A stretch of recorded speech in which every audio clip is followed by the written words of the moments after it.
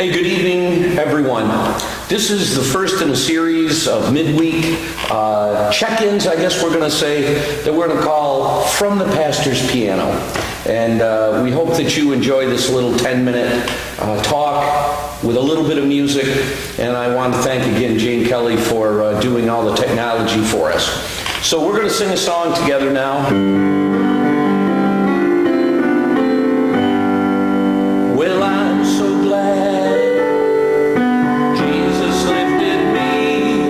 I'm so glad Jesus lifted me. I'm so glad Jesus lifted me. Singing glory, hallelujah. Jesus lifted me.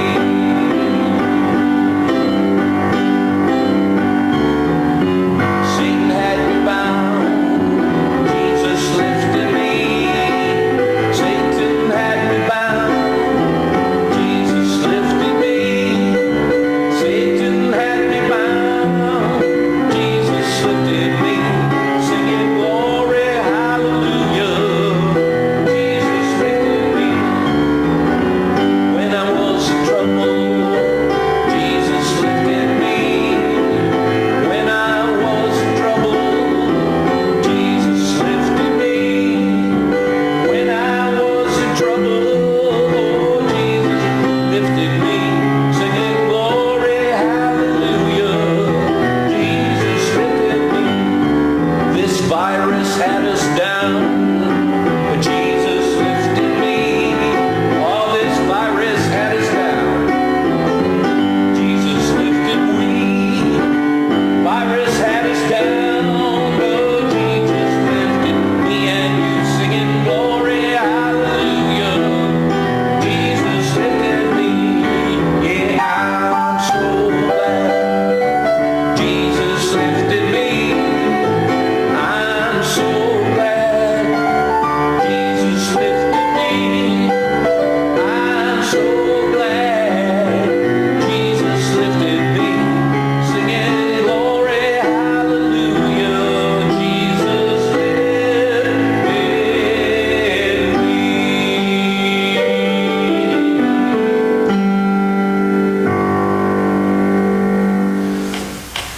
Well, I hope you enjoyed that song, everyone. That's one of my very, very favorites. Believe it or not, I got that from Little Richard. I loved when Little Richard used to sing that song. I'd like to share just a few ideas for those of us who are stuck at home with the corona pandemic that is going on right now. And I pray, first of all, for everyone's health and everyone's safety, and that we get through this together. It is a time that I'm seeing signs of people starting to come together a little bit. Washington, D.C. might be getting their act together. That would be a wonderful, amazing miracle. And I had a few other ideas. I'd like to share with you some ideas that came from a gentleman named Tom Furist from one of the blogs that I read quite often. So here are, I think, 3 or 4 different ideas that I would like to share with you from Tom Furist. Number 1, take this time as an opportunity for spiritual solitude.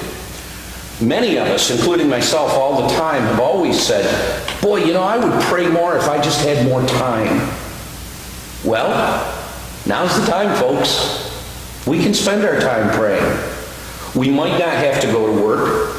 We definitely can't be following college basketball with March Madness. We might not have the NBA playoffs. Baseball spring training has ended, and no one knows when our baseball season is going to begin. The experts have advised all of us to stay home. The distractions are gone, and now it is our time to make good on our spiritual wishes. What are those wishes? What are those things that we have focused our lives on, or would like to focus our lives on, I should say more? Well, pray. Now's the time to pray. I saw something wonderful that Pope Francis sent out, a decree to all Roman Catholics, and I think it should be for all people in the world. Every day say the Lord's Prayer. Whatever your version of it is that you say, whether it's debts, debtors, trespasses, trespassers, sins, sinners, say that prayer that Jesus taught us to say. because it truly does help remind us that when we all work together and when we all bring the things of God together, we can start bringing that kingdom to earth as Jesus envisioned 2,000 years ago. It's also a time that we can sit in silence and meditate. That is one of the most wonderful things. I love the quiet. I think because I've been a school teacher and a band teacher for so many years, there isn't a lot of quiet in my life. And I think we all, if we can have bits and pieces of quiet and fill it with good things, like soft music that we love, looking at artwork, reading books, saying the Lord's Prayer. Take that time and meditate in silence. And now, more than ever, is a time to reflect on Jesus' interactions with the sick, the vulnerable, and the lost. Because boy, there are a lot of folks out there right now. I saw today in one of the stores that I was in, some folks that were really, really needy. And my heart went out to them. My heart went out to them. Lots of little kids with clothes that you could tell they needed something. And it's our place to look at Christ's mission in this world and do the same. And especially now that we are in the Lenten season, moving towards Easter, this is truly a way that we can come together as a people of faith. So, don't waste this time that is our solitude. Use it for spiritual things that you always wanted to do, that you never felt you had the time for. All right, next, Mr. Furist says, check on your vulnerable neighbors. I think this is very, very important, and I think it's something that people are really coming through and doing well with. But I also want to let you know that if you are lonely, if you need someone to talk to, and that I haven't gotten a hold of you or a friend from church hasn't, reach out to them. Give them a call. Let them know that you just like to talk on the phone, or that you would like a card to show up at their door. We'll see that happens. Now, the book of James, or the letter of James, tells us that anyone who pretends or makes themselves to look religious by talking a good game is deceiving themselves. Now, let me explain what I mean by that. This kind of religion is really a lip service. It's just mouthing the words. Real faith, real religion, the kind that passes the muster, I guess we could say, to God the Father, is very simply this. Reach out to the homeless, to the needy, to the poor, and those who are in trouble.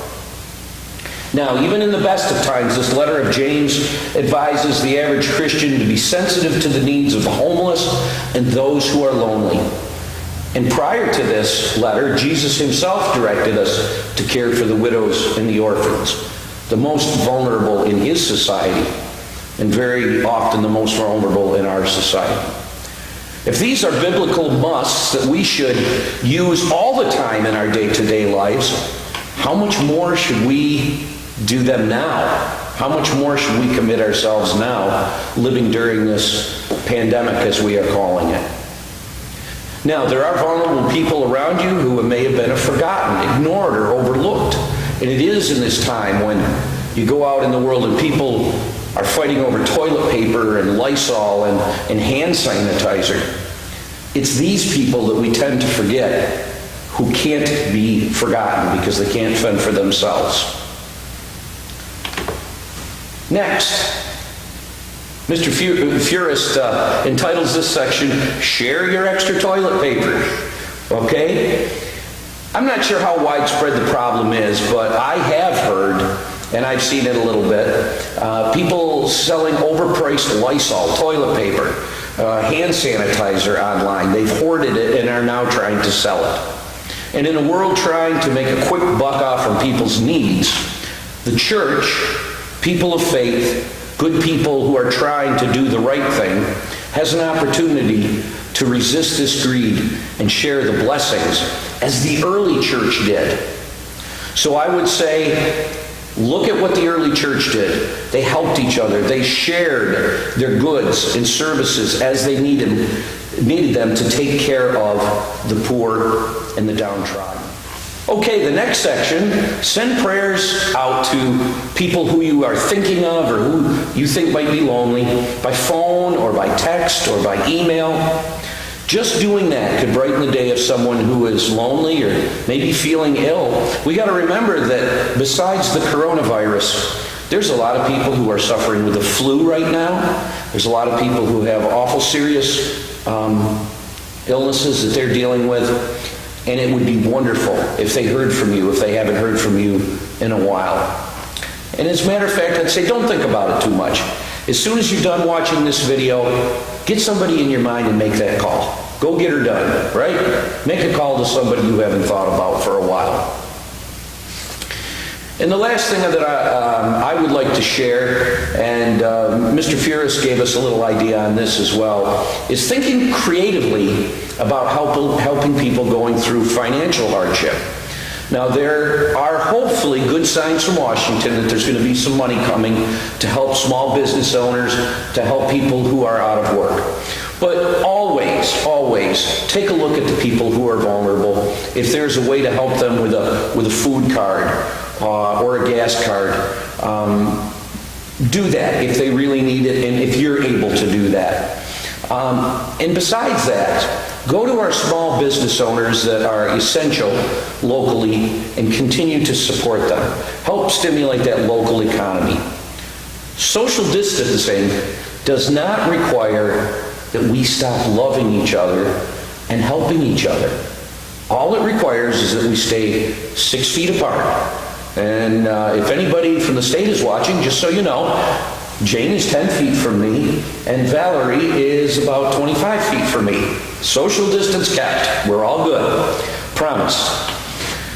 So, as we go through this time and we keep our distance physically, let's pull together spiritually and in a sense of love and get out there and do God's work and absolutely be there for one another. We'll say amen to that. Then I'll come back with one more song for you. All right, one last song here as we leave you this evening. Thanks for tuning in to At the Pastor's Piano, I guess we're going to call this. Why not, right? So this is a great old spiritual gospel tune called Soon and Very Soon.